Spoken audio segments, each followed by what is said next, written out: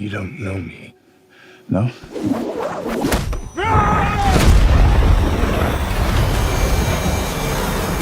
The second mouse gets the cheese.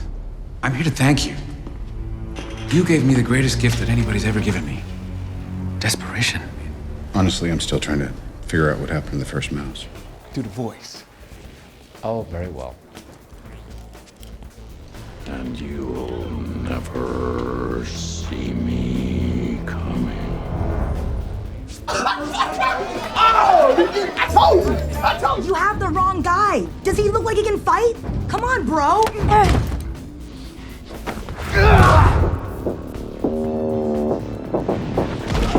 Gonna drive my long steel missile down on your love channel. Deep, deep, you'll beg for more. Raising hell and serpent score. Feel me, feel me. Now, what does that mean to you? To me, it means nothing but a sexual act. Then who's causing this? Well, you are. How? This Organized Chaos podcast is brought to you by JEMS Art Studio. JEMS Art Studio is an online store that allows access to prints that you can use for most anything, obviously as just a picture, or as a wallpaper, or as a bookmark, or anything you can think of. You can find JEMS Art Studio at etsy.com/shop/JEMS Art Studio. This podcast is also brought to you by listeners like you. Thank you.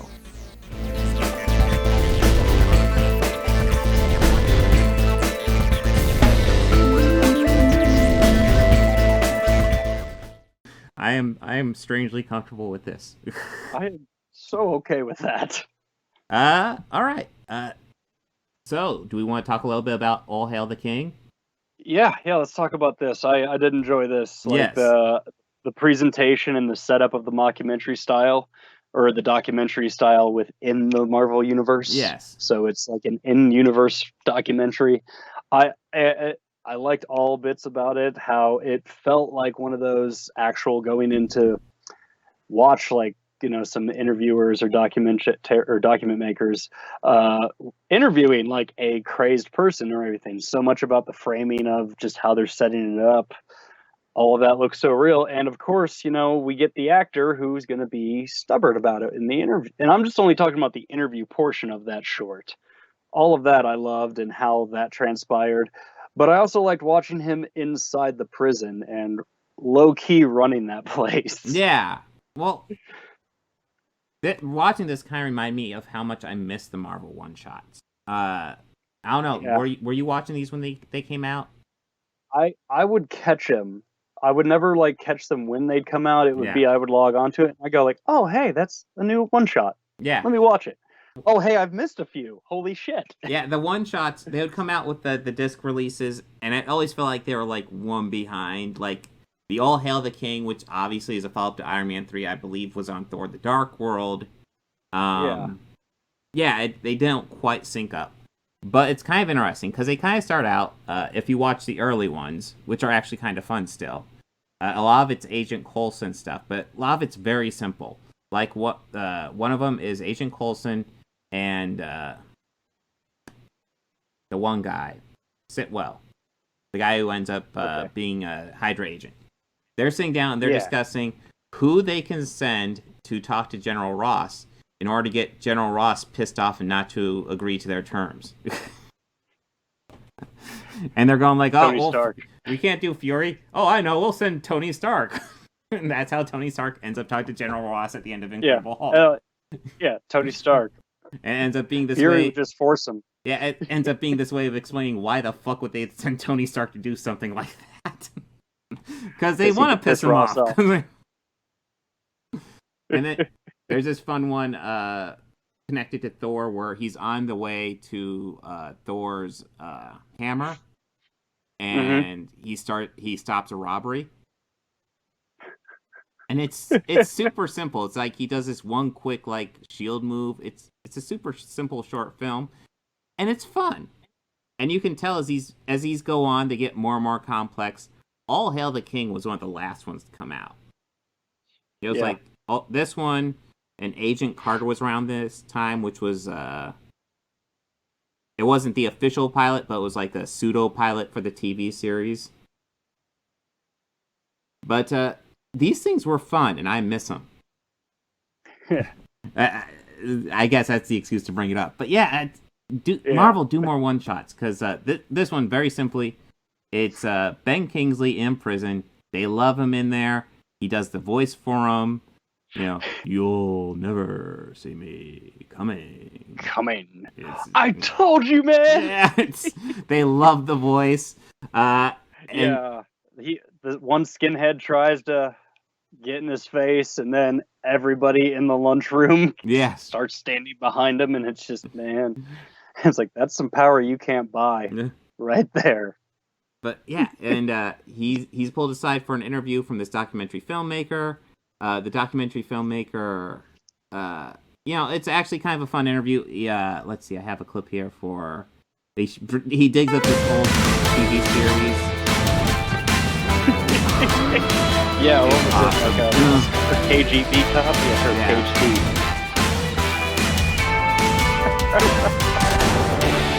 God, it looks just like my own advice.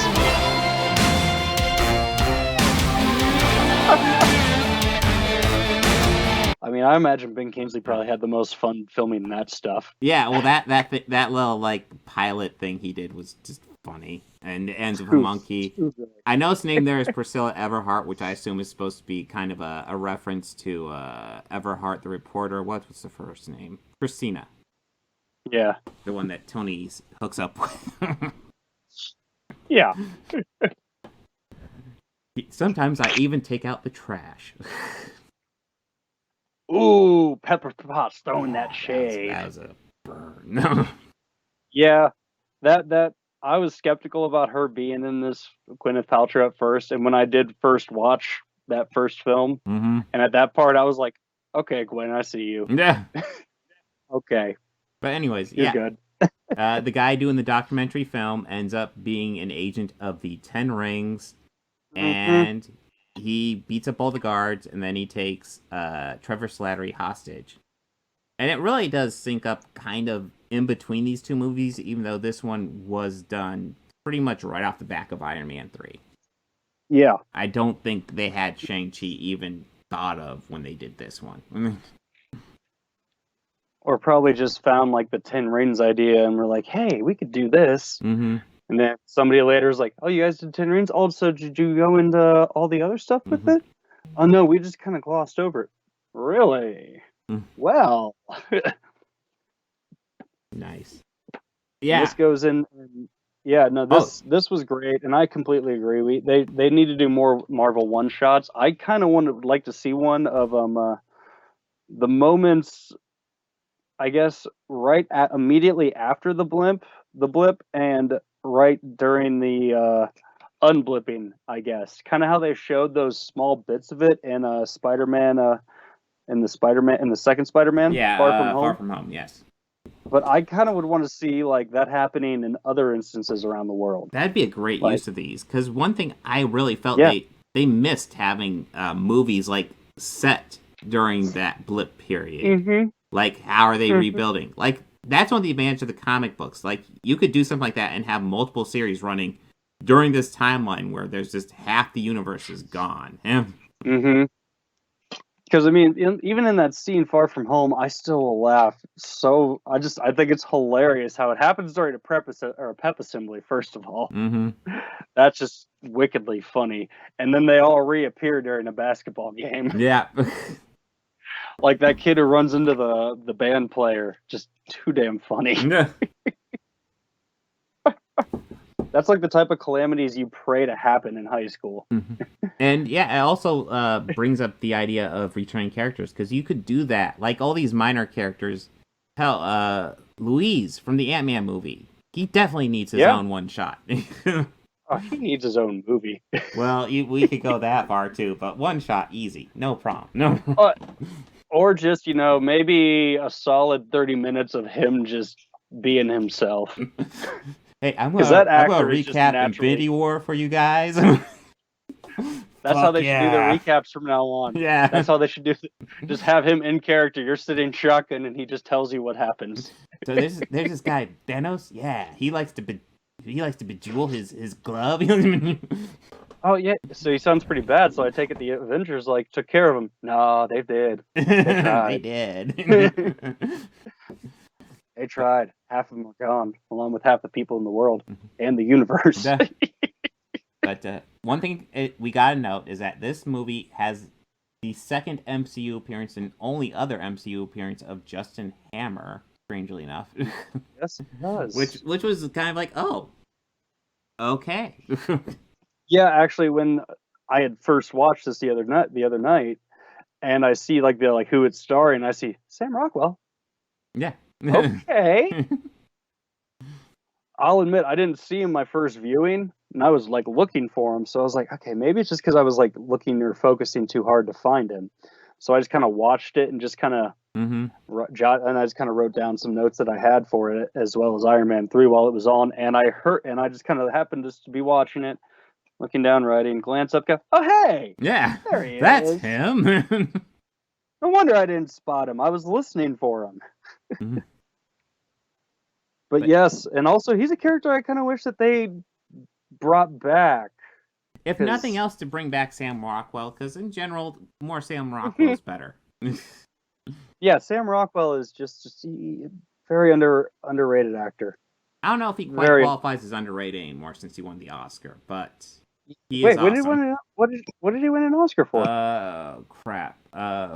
4 billboards outside. Oh, okay. I forget the town outside.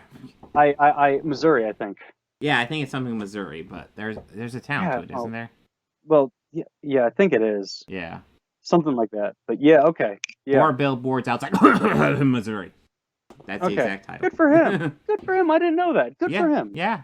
No, there are issues with that movie, but his performance is fucking amazing. Well, who's in that with him? Frances McDormand's McDormand. the lead. Well, and she's fucking great and everything. Yes, she's in our one. Oh, hiya! If there was ever going to be a real life Marge Simpson, I would hope that they would cast her. I would think so. I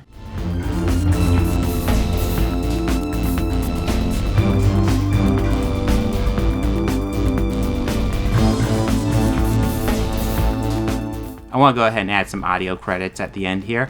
The theme music you're hearing at the beginning and end of this podcast was written and performed by George Johnson, a very good friend of mine.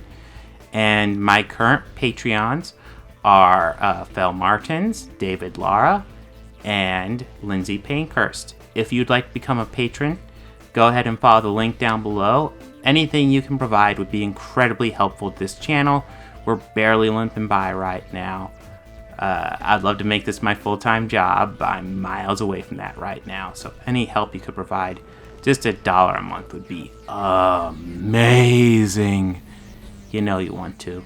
All your friends are doing it.